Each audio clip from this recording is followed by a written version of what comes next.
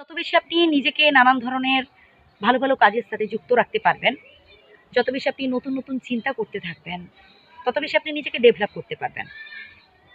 জীবনে আর যাই করুন কখনো হতাশ হবেন না।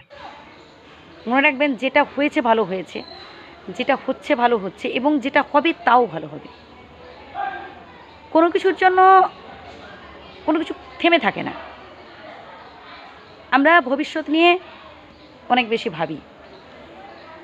আমরা ভবিষ্যতের কথা ভাবতে, ভাবতে বা ভবিষ্যতের প্ল্যান করতে গিয়ে বর্তমানের সুখটাকেই নষ্ট করে ফেলি। যেটা হচ্ছে সবথেকে বড় ভুল আমাদের।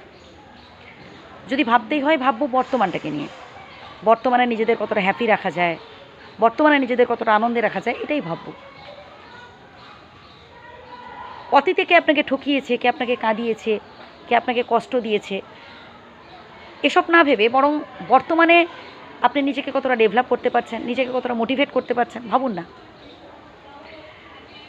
জীবনের দুঃখ কষ্ট থাকবেই। দুঃখ কষ্ট ছাড়া সুখ জিনিসটাকে এটা আপনি ফিল করতে পারবেন না। তাই সুখের সময় যেমন আমাদের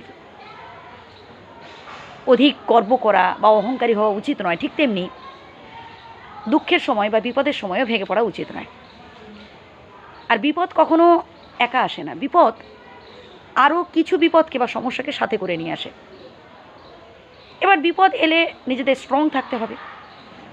মনে রাখবেন যেখানে সমস্যা আছে সেখানে সমস্যার সমাধানের পথও আছে।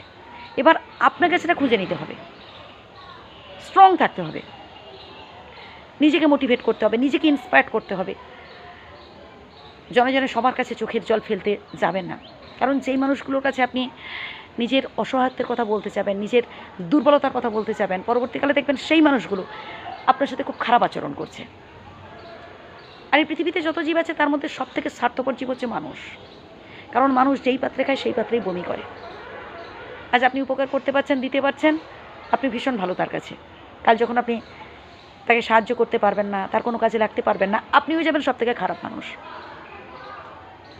তাই বলে কি আপনি মানুষের বিপদে সাহায্য করবেন না, পাশে থাকবেন না? অবশ্যই থাকবেন, কিন্তু আশা করবেন না যে আজ আমি তাকে 10 টাকা দিয়ে সাহায্য করলাম, পরবর্তীকালে সে জনে জনে সবার কাছে বলে বেড়াবে যে আমি তার উপকার করেছি, আমি তাকে বিপদে সাহায্য করেছি। এ আশা করবেন না। আপনি আপনার কাজ করে যান, বাকিটাই বিধাতার উপর ছেড়ে দিন। আপনার কর্ম যদি ভালো হয় তার ফল ভালো হবে। এবার আসে সমালোচকদের কথায়। সমালোচনা কোথায় নেই বলুন তো? স্বর্গ মর্ত পাতাল সব জায়গায় সমালোচনা আছে, আর সব জায়গায় সব সমালোচকরা থাকবেই। কারণ সমালোচকদের স্বভাবটাই হচ্ছে সমালোচনা করা। তারা ভাবে যে সমালোচনা না করলে তাদের পেটের ভাত হজম হয় না। এবার আপনি যদি ওদের ওই সব কথা শুনে মন খারাপ করেন, তাহলে আমি বলবো সবথেকে বড় ভুল করলেন। ভালো থাকবেন।